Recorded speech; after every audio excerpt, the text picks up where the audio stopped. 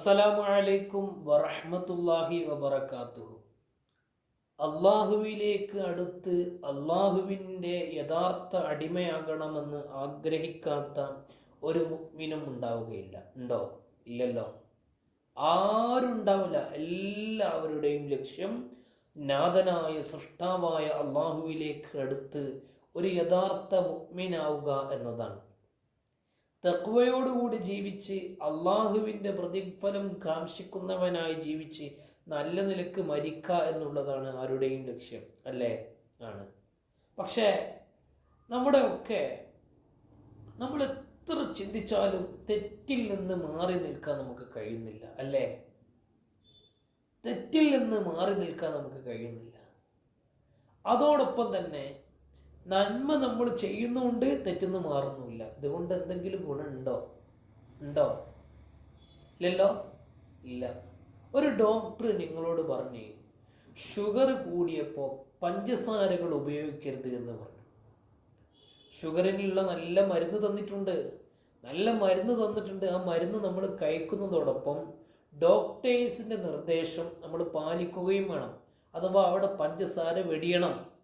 മരുന്ന് കഴിക്കുന്നുണ്ടല്ലോ എന്നതുകൊണ്ട് പഞ്ചസാര യഥേഷ്ടം കഴിച്ചാൽ പിന്നെ നമ്മുടെ രോഗം മാറോ?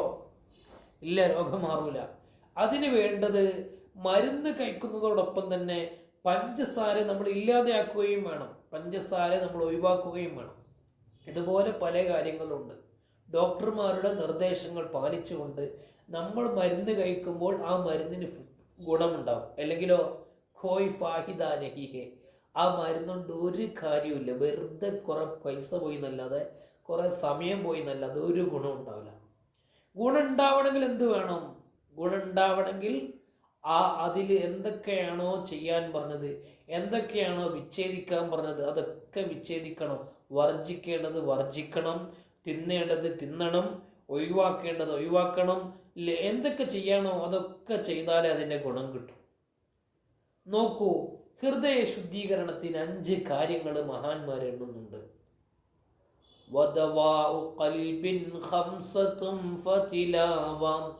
ഹൃദയം ശുദ്ധിയാകാൻ ആഗ്രഹമുണ്ടോ? അതിന് 5 കാര്യങ്ങളുണ്ട്.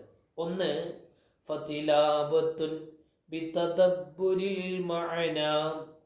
ഒന്നാമത്തെ കാര്യം ഖുർആൻ ഓതലാണ്. നന്നായി ഖുർആൻ ഓതാം.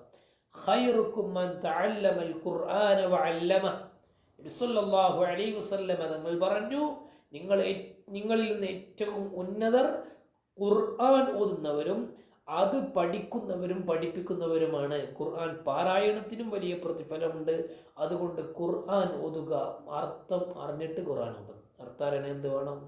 തഫ്സീർ പഠിക്കണം. എന്ത് വേണം? അവിടെ നെഹ്വ് പഠിക്കണം. പഠിക്കണമെങ്കിൽ ദർസിൽ പഠിക്കണം, അല്ലെങ്കിൽ കോളേജിൽ പഠിക്കണം, അറബി പഠിക്കണം. അതൊക്കെ പഠിക്കണം. പഠിച്ചാലേ നമുക്ക് എന്ത് കിട്ടൂ? ഖുർആൻ അർത്ഥം അറിഞ്ഞിട്ട് ഓതാൻ കഴിയും. അതിപ്പോൾ സാധാരണക്കാരായ എല്ലാവർക്കും കഴിയണമെന്നില്ല. രണ്ടാമത് നോക്കൂ, വലിൽ ബത്നിൽ ഖലാം. വയറ് കാലിയാകണം. വയറെപ്പോഴും അറിഞ്ഞിട്ടുണ്ടാവുക, അല്ലേ? അതൊക്കെ ഒഴിവാക്കിയിട്ട് കുറച്ച് ആവശ്യത്തിന് മാത്രം ഭക്ഷണം കഴിച്ചിട്ട്, ആവശ്യത്തിന് മാത്രം കുടിച്ചിട്ട് നല്ല രൂപത്തിൽ ജീവിച്ച് വയറ് കാലിയാകാം. വയറ് കാലിയാന്ന് പറഞ്ഞാൽ ഈ പട്ടിണി കിടക്കുന്നത് പോലെയാണ് ഏകദേശം.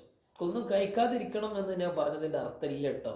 ഉള്ളത് ആവശ്യത്തിന് മാത്രം കഴിക്കുക, ആവശ്യത്തിന് മാത്രം കുടിക്കുക എന്നുള്ളതാണ്.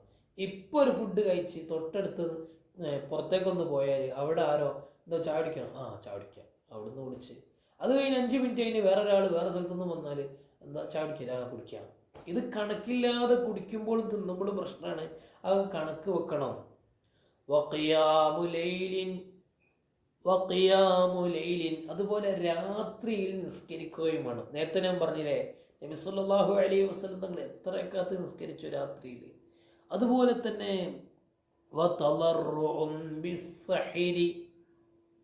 രാത്രിയിൽ നിസ്കരിക്കുകയും അത്തായ സമയത്ത് അള്ളാഹുവിനോട് താണുകയാണ്.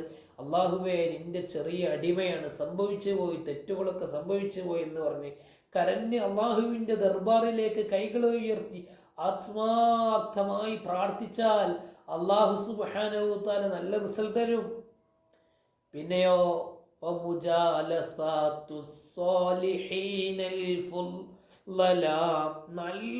സദ്വൃത്തരായ സ്വാലിഹീങ്ങൾ, നല്ല മുഅ്മിനീങ്ങൾ, നല്ല മുഅ്മിനാത്തുകൾ അവരോട് സഹവസിക്കണം. അങ്ങനെയൊക്കെ ഉണ്ടെങ്കിൽ ഓട്ടോമാറ്റിക്കലി നമ്മൾ നന്നായി, അതുപോലെ നല്ല അമലുകൾ ചെയ്യാനൊക്കെ തൗഫീഖ് കിട്ടും. എന്താ വേണ്ടത്? വേണ്ടത് 4 കാര്യം, വേണ്ടത് 5 കാര്യം. 1, ഖുർആൻ അർത്ഥം പറഞ്ഞിട്ട് ഓതാം. 2, വയറ് എപ്പോഴും കാലിയാക്കാം. 3, രാത്രിയിൽ നിസ്കരിക്കുക. 4, അത്തായ സമയത്ത് അള്ളാഹുവിനോട് താണുകയാണ് ദോർക്കുക. 5, മഹാന്മാരായ നല്ലവരോടൊപ്പം ബന്ധം സ്ഥാപിക്കുക. ഈ 5 കാര്യം ഉണ്ടെങ്കിൽ ഹൃദയ ശുദ്ധീകരണം വളരെ പെട്ടെന്ന് നടക്കുമെന്ന് മഹാന്മാർ രേഖപ്പെടുത്തുകയാണ്. അള്ളാഹു സുബ്ഹാനഹു തആല നമ്മുടെയൊക്കെ ഹൃദയം ശുദ്ധിയുള്ളവരിൽ ഉൾപ്പെടുത്തി തരുമാറാവട്ടെ. അസ്സലാമു അലൈക്കും വറഹ്മത്തുള്ളാഹി വബറകാതുഹു.